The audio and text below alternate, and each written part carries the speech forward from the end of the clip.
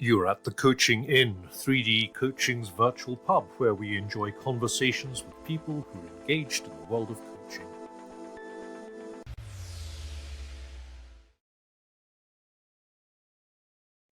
Hello and welcome to this week's edition of the Coaching Inn. I'm your host, Claire Pedrick, and today I'm talking to my friend and colleague, Su Blanch.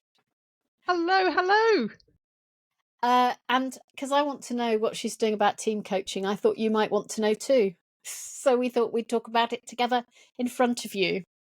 Yeah. So, Sue, tell us about your coaching journey. My coaching journey. Okay, yes. So my background way back was in recruitment and HR. I did all of my qualifications there, post degree. And I discovered as I travelled through the generalist world of HR that my heart just wasn't, Claire, in dismissing people, as I found that I was doing quite a lot of, and was instead in learning and development. So that became the broader pathway that I was travelling.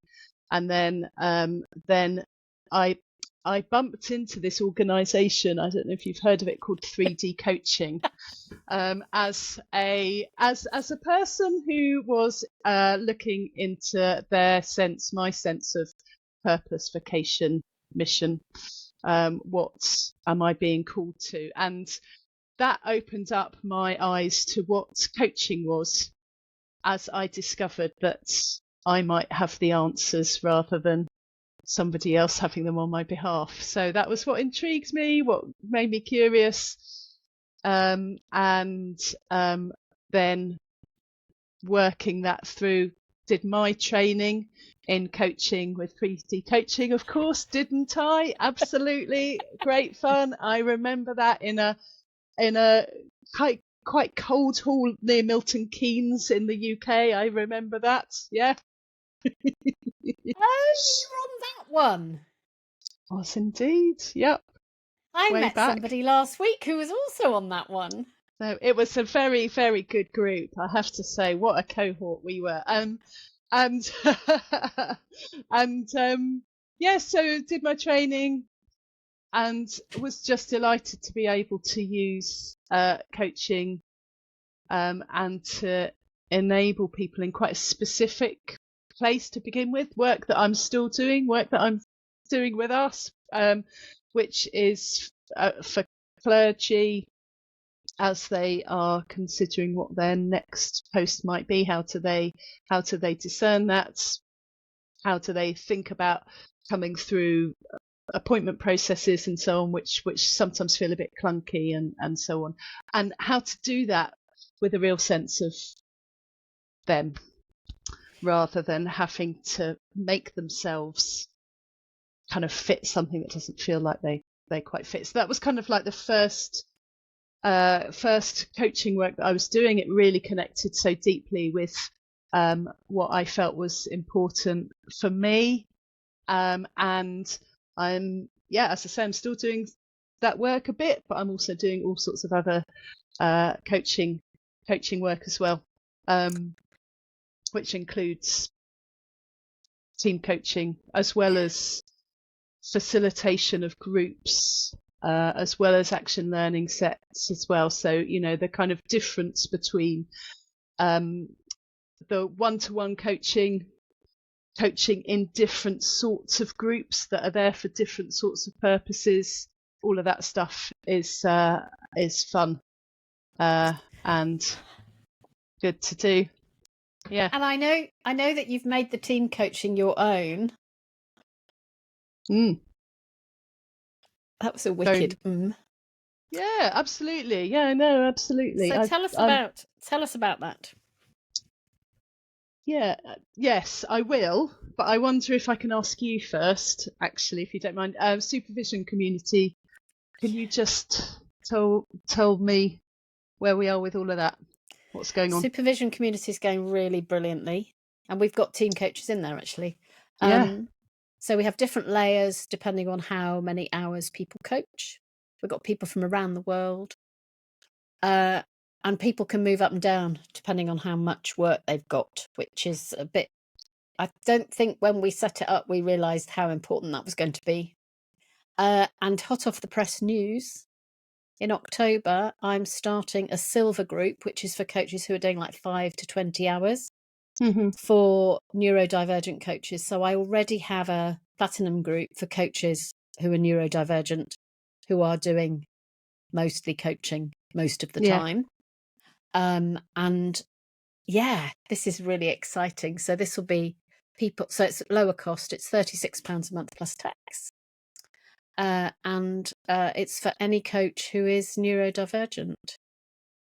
And let's see what happens. It's a kind of trial. We'll see how we get on. And if it doesn't work, we'll stop. And if it works, we'll fly.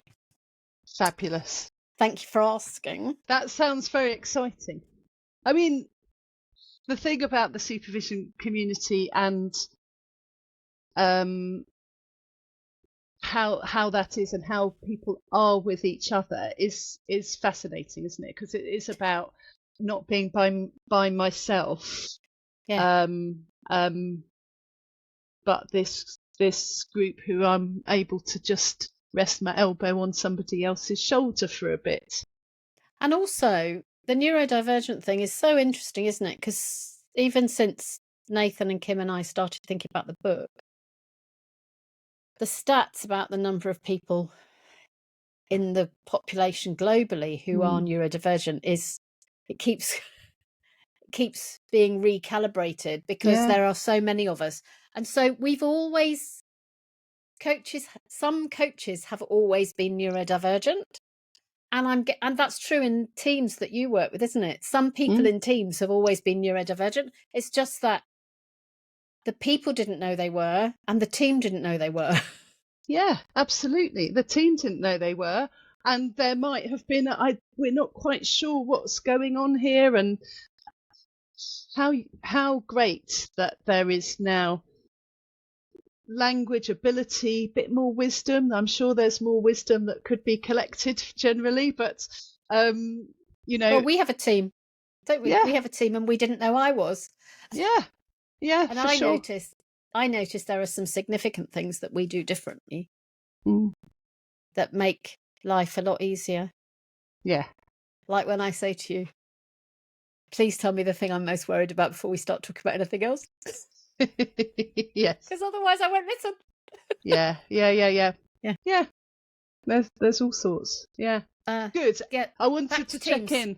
Back to teams. Okay. So what was your question? What you doing? Okay. So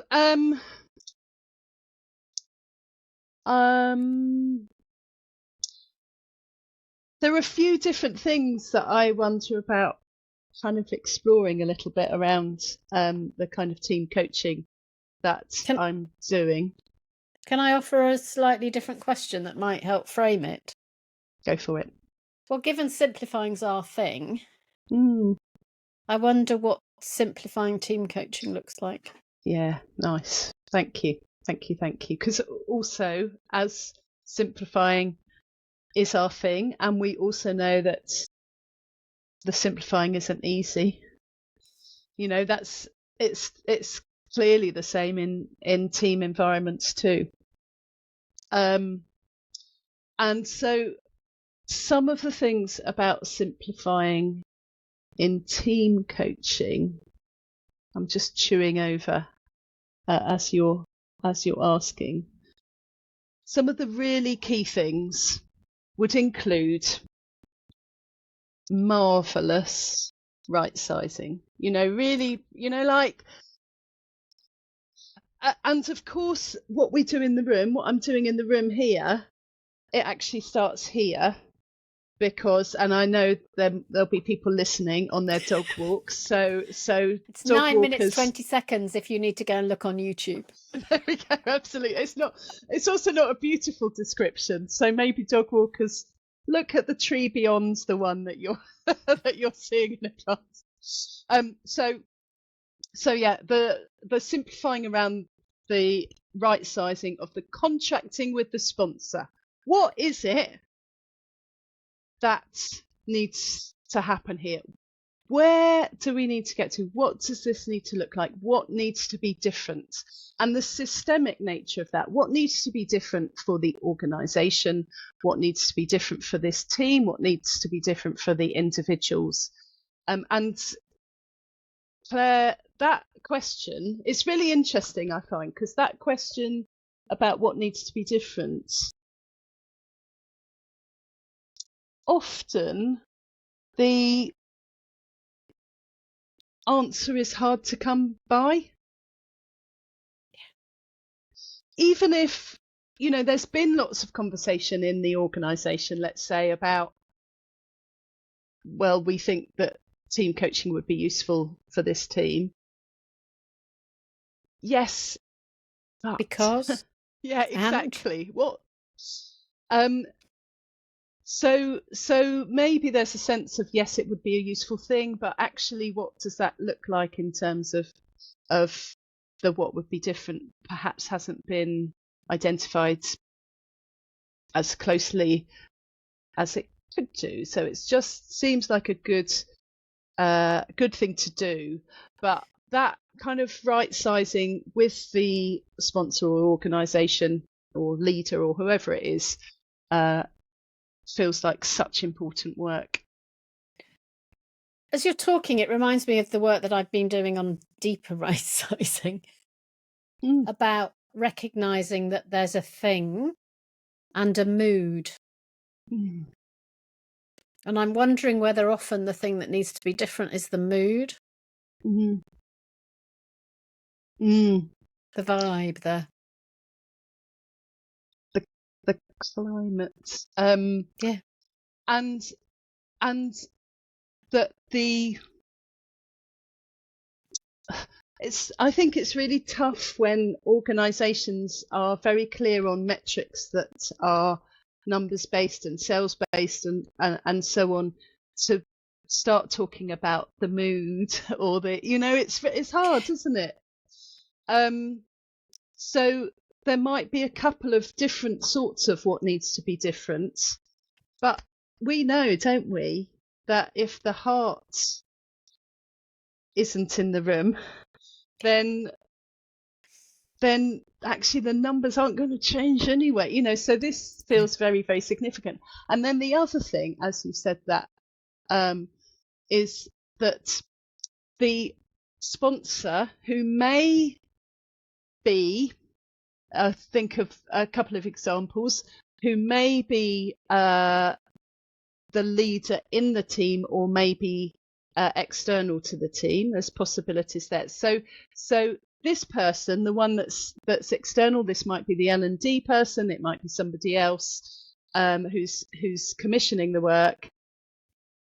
The depth of knowledge about what does it feel like, the mood, the vibe it's really too distant for them to have much of a. I feel now. I think there will be people that disagree with me about that, but I think on the whole, they're quite distant, and potentially their understanding of mood and vibe and so on has been chewed through various other people to get to them. So what does it feel like, the mood and the vibe? And so I find it really useful to be speaking to the team members before we all get together in the room, to be able to check out that question. So I have a few questions. They're very broad. They're very they are open. They give space for however people want to answer it. The easier ones are the starting ones, and then I would get to something like, and so how does it feel? Very lightly put, almost as if that's a question that doesn't matter. How does it feel to be in this team? And then that gives a bit of the sense of what you're talking about.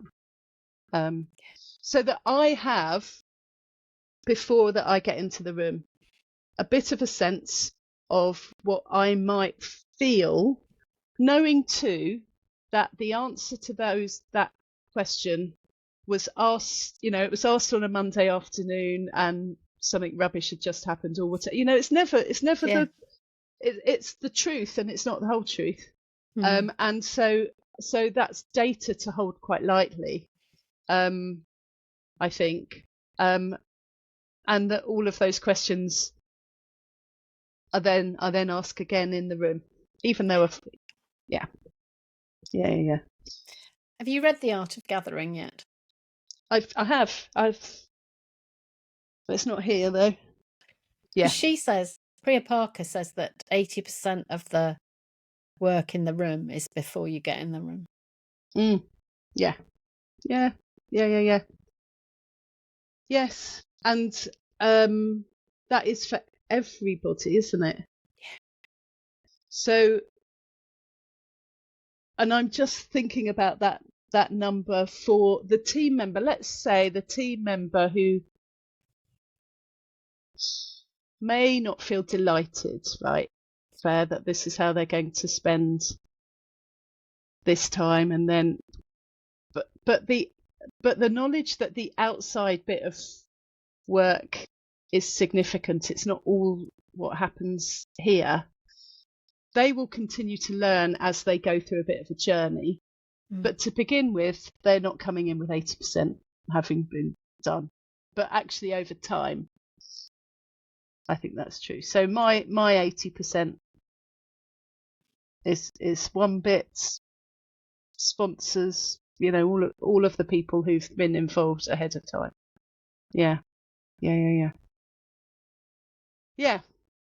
So what else does simple look like? Because it's not simple, is it? Because it's deep. No.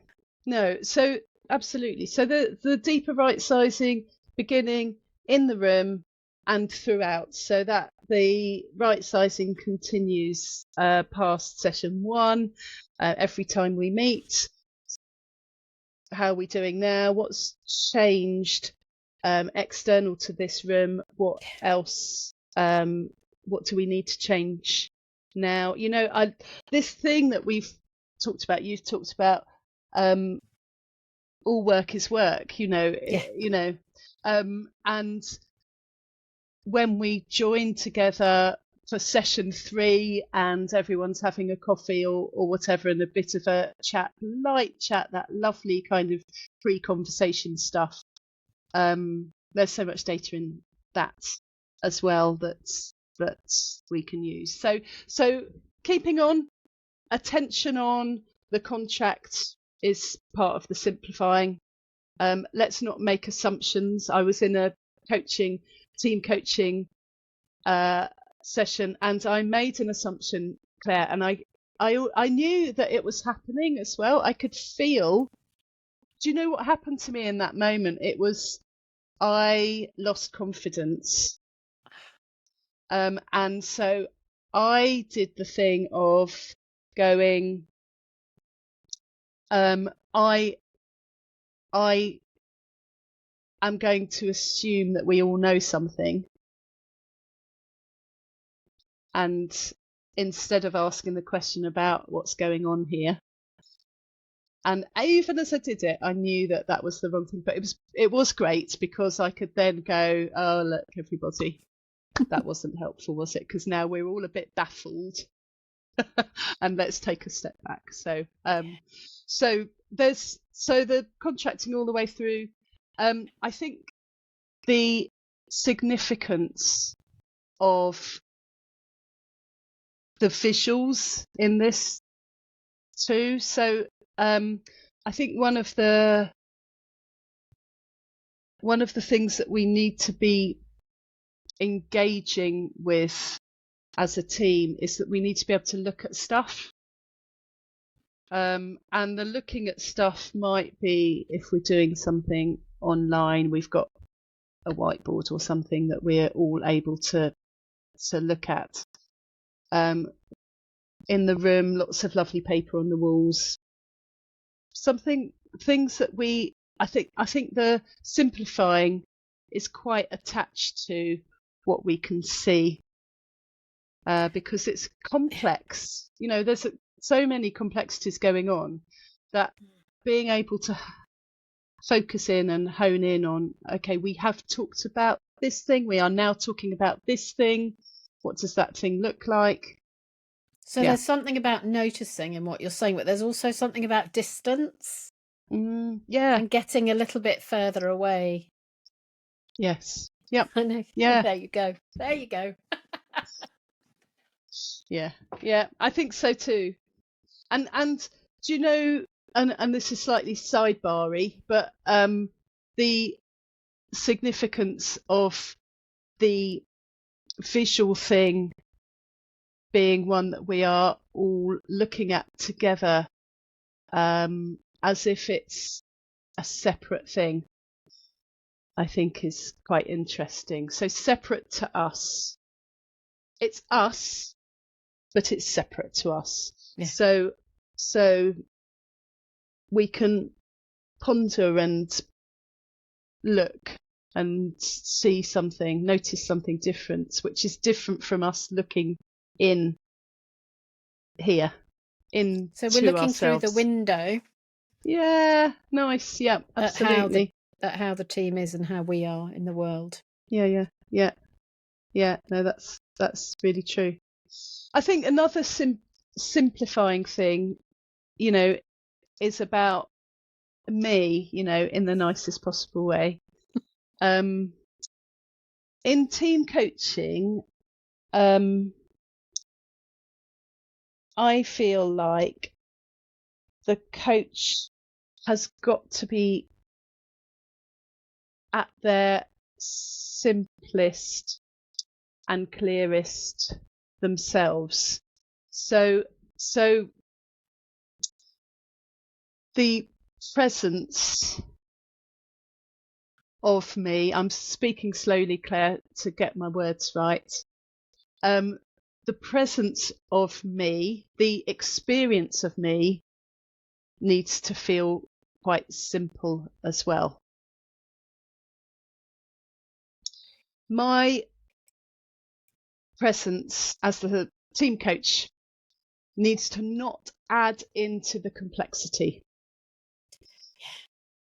So I need to come feeling kind of internally clean, so that my presence is one in which the team are not experiencing a totem to run to.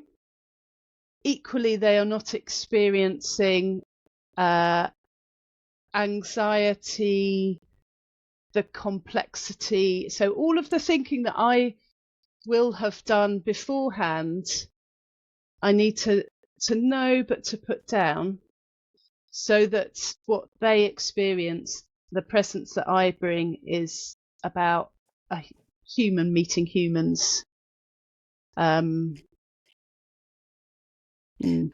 When you talked earlier about when you'd messed up, the image that came to my mind was that when we suddenly lose confidence, which is what you described, it's like a little door opens to a tsunami of stuff, and all the things that you've just described about being clean, and suddenly we are overwhelmed by the overwhelm in the room, which is usually when that little door opens, isn't it? And then in comes everything. Yeah, Plus absolutely. all the anxiety of the fact that in that everything isn't the thing you need, and that there's something you don't know.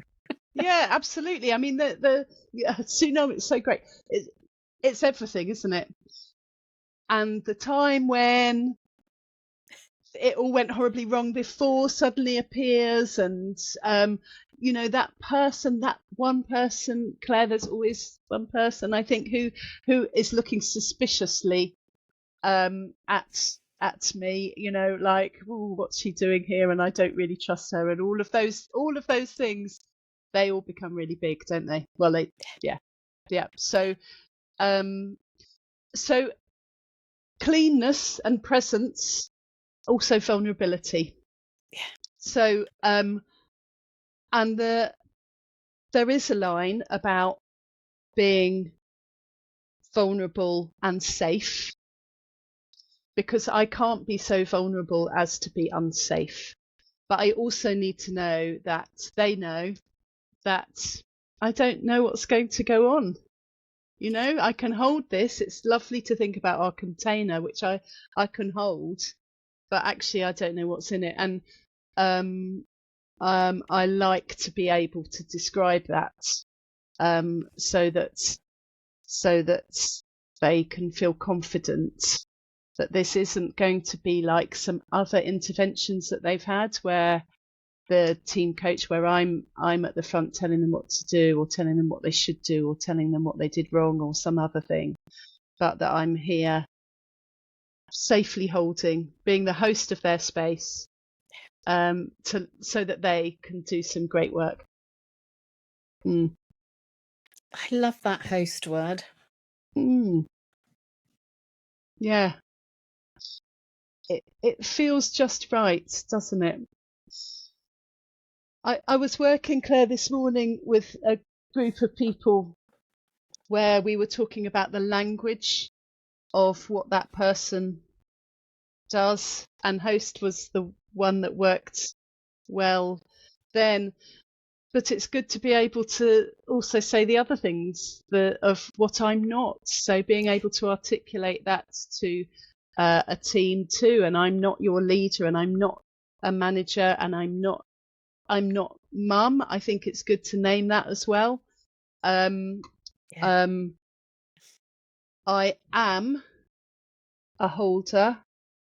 I am here to be a safety net, although I am not just we are all safety nets here, but I am a safety net. I am sometimes the holder of the door. I'm at the doorway too. So there's various things that I think are useful to say, and I will notice, you know this, Claire, the kind of the ting in people's eyes when they recognise the thing that connects for them, about, oh yeah, now I get what you're here for. I just think that in team coaching and one-to-one coaching, really, there is still some misunderstanding. That's not a judgment there, but just some complications, some confusion about what is we're doing here. And actually, even we could take away all of the language around this. We don't need to call it coaching, team coaching, whatever. This is what I'm doing here. This is what we're working on together. Yeah. And noticing the ting is the only way to get the temperature, isn't it? That's right. Apart from checking in and asking. Yeah. In one of the chapters in The Art of Gathering, she said, don't be a chill host. Yeah. Do you remember that? And the whole thing about how actually, in order to look like you're not doing anything, you have to do quite a lot of work. Yeah. Yep. And there's a difference, isn't there, between that chill host of absolutely having nothing, and she uses this great example, I think, of a dinner party or something like that, or a game at a dinner party which went really badly wrong, which is quite fun. Yeah, so it needs to be there. I need to come with something which is foundational. We use the language of partnership, and in team coaching, which we describe, don't we, as one-to-one coaching, coach, team, we're entities. You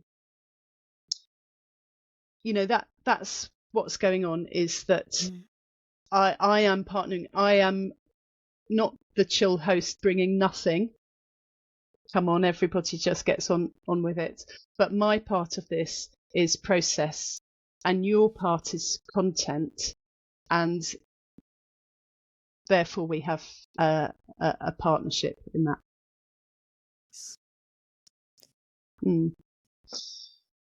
Where are we? How are we doing, Claire? I'm just wondering if there's anything else about simplifying team coaching that is in your pocket. I wonder about just saying something about live action coaching. Because, there are different sorts of ways of working with teams over time. And I think there is something really beneficial about, what are we doing this time and how are we going to work this time? But I think there's something really powerful and also fun about live action team coaching, where the structure is, I'm coming into whatever, a team meeting or something that's already in existence. So it feels like instead of them coming out into a different space, I am coming into their space. Oh. And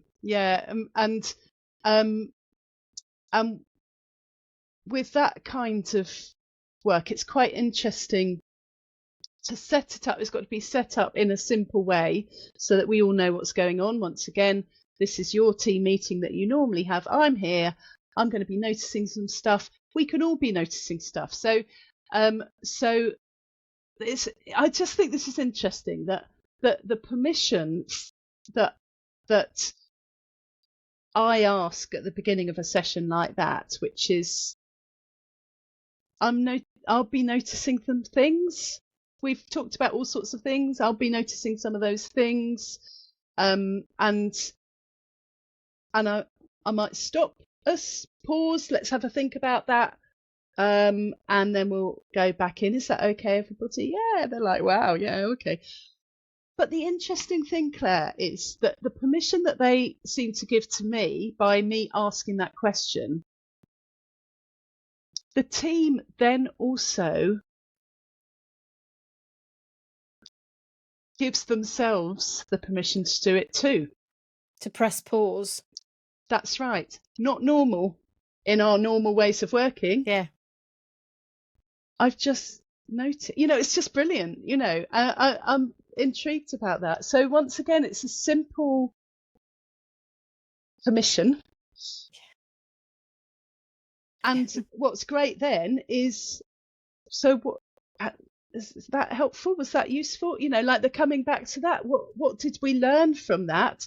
What from how this team meeting worked might you take forward into other team meetings? And sometimes that in the moment noticing with contracting around it, permission and so on, is a really useful thing that they didn't know. Because you're jumping into real observable data and not in the moment and not diagnostic self-reported data afterwards. Exactly. Yeah. Nice. Here and now stuff. It's just like we do, isn't it, in one-to-one coaching of the real play sort of work. Yeah. Just stop there. Doing. What just happened? Yeah, exactly. Nice. That thing. Yeah. Pointing to it. So, Sue, if people want to talk more to you about team coaching with 3D, how do they do that? So they can look me up on LinkedIn. I'm Su Blanch. I'm the only one. And or through our website, 3D Coaching, or I am Sue without an E, Claire, at 3dcoaching.com. We did have a Sue with an E, didn't we? So we did. Lovely. And somebody who was on that coach training with you in Milton Keynes calls you Sir. Yeah. Now you know who I was with. Absolutely. So if you're listening and you're the person who calls Sue Sir, we send you our greetings across the world. Big hello. And thank you all for listening, and we'll be back next week with another episode. Bye-bye. Thank you, bye.